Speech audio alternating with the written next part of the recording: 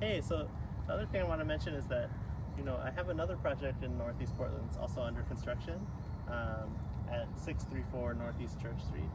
And that project's on a corner lot that has, high density multifamily zoning.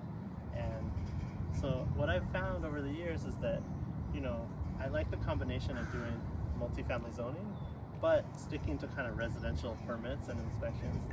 And so what that means is that, for example, this building, even though it's 4 units, they are 4 separate individual residential permits. And that's because even though they have shared walls, it's not like an apartment building where there's units on top of each other. And I've built a couple commercial projects, a 12 unit and a 9 unit over the years, and it's all good and you can get a lot of zoning and a lot of density, but the level of inspection and level of difficulty in actually building it is pretty high. And so when we had the chance to kind of start, permitting and building fourplexes under the residential code, it meant that the inspections were a lot faster, it meant the permits were a lot faster, it meant there was just a lot less uncertainty for my builder on what the inspectors were going to ask for. And so on that Church Street project, it's a corner lot, but instead of just one fourplex, the zoning allows us actually to build 2 fourplexes.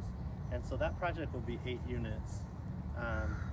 And it's actually the same size lot as this one. This lot is 5,000 and the church one is 5,000. And so the church one is certainly more of a high density kind of project, but also that's because it's on a corner lot. And so on a corner lot, there's just more privacy and more spaciousness, even because you're not in between 2 houses. But we found over the past couple of years doing a lot of fourplexes that, the city really likes fourplexes and permits them pretty smoothly. And I think the tenants also like them because, we try to just maximize the amount of windows and, just try to make them feel spacious.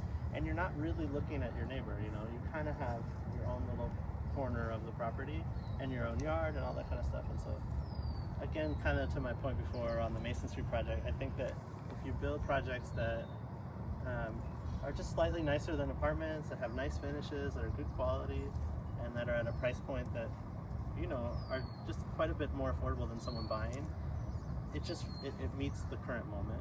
And then in the future, if rates ever go down, please God, then I'll just refinance everything and it'll all work even better. But I do feel like it's important to just face the moment exactly as it is and not build pro forma hoping that things are going to change, but just kind of, do what you can in the current environment. So anyways, that's kind of the connection between this project and the 8 units on Church, which is 2 fourplexes.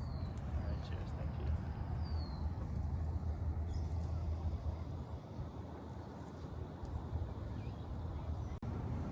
It's amazing how some dirt and wood turn into a footprint for a home, for multiple homes, 8 homes to be exact.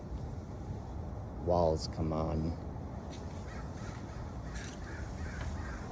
Effort, vision become housing for families to start and end their days and call home. It's an awesome process.